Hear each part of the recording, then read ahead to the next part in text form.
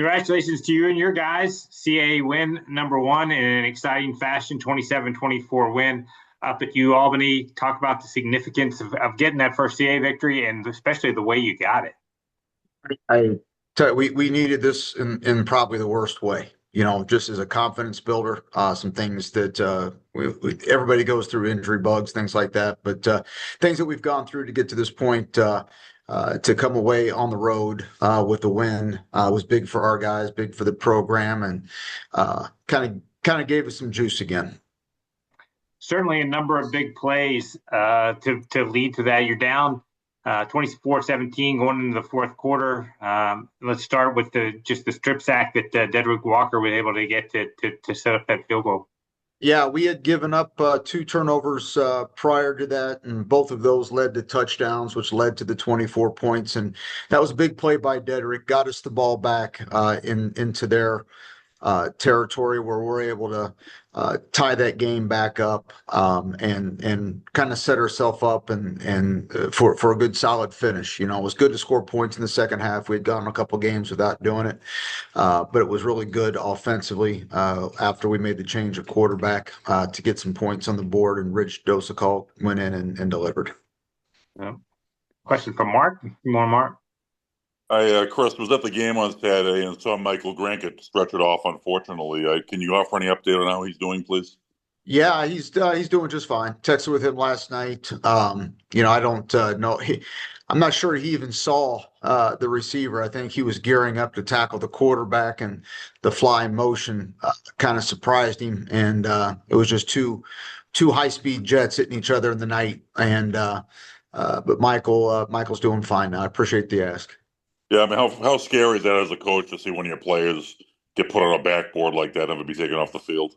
No, there's no training for that. It's I've been doing it for 30 some years, and knock on wood, I've only had to have that happen a couple times. But you're not thinking about a football game there at that point. You're thinking about a 21, 22-year-old who's hurting, and a mom and dad in the stands somewhere too. So, but like I said, he's fine. He was fighting the ambulance people trying to get back out and get on the football field. About 5 minutes later, my wife relayed the story to me from the ambulance.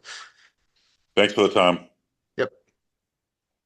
Chris, and then obviously the game decided on the block field goal by Omar McMillan. Just talk about the play he made and just to play in general to seal the win there. Well, I think he got credit for it, but Omar's came close. But I was actually either Nathan LaPlante or Michael Oddie that got it up there in the middle. We had really focused on getting penetration that week. We saw something on film. Maybe the kicker had a little bit lower of a trajectory. I think the penalty that pushed them back a little bit kind of helped our cause. But we have made a concerted effort here on blocking kicks this year, and I think it was big for them to come up big in that moment and seal the game. Offensively, a solid day from your team. You mentioned Ridge coming up with a big 6-yard touchdown pass to Tristan on that fourth down. You had fourth and goal at the 1, and then you get the penalty and decide to still go for it and convert it. What went into that decision, and just talk about the play that Ridge was able to make? Well, we're still nursing a freshman kicker right now, and we felt that this was going to be a game of field position, and that's one of the reasons why earlier in the ball game we were at the 50-yard line, and we had a 4th and 1, and we chose to punt, pin punt them, and we got the ball inside the 5, and then with 3 and out, then we got the ball back at the 40. So we felt confident that if we got the ball inside the 5 and went for it, still, that even if we didn't get it, still a 1-score ball game, and we controlled the field position there. And that was our fourth down conversion of the day. That's, in contrast to the Campbell game earlier in the year when we had all 3 phases of the opportunity to win it. We had all 3 phases now and the opportunity to win this one too. And this time we came out on the right side, and that was one of them. Also, and just going back to the first half, certainly a big play. Jaden Keefner able to hit Zaim Khalek for a 68-yarder, pulled you within 17-14. How big was that play at the time? No, I think we had to stay within a score. I felt that we tried to get into shootouts with people. We're just not equipped for that right now, and it was big, um, big in a lot of ways because it brought our sideline back to life. And definitely when you close the gap there, and then we had a chance to tie it up before halftime, but missed the field goal. But we felt we had to keep the game within a score, and that was big to get us back in that world. Defensively, you limited you all at 321 yards, pretty good number. What did you feel like went well on that side of the ball, and who are some guys that you felt like played well?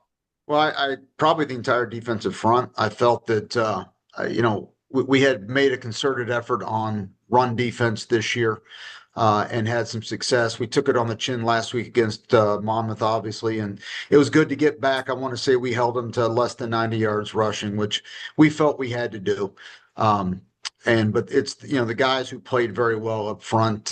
Michael Oddie obviously leads the way, and then Brandon Perkins and Lonnie Rice both stepped in and made some solid tackles for us.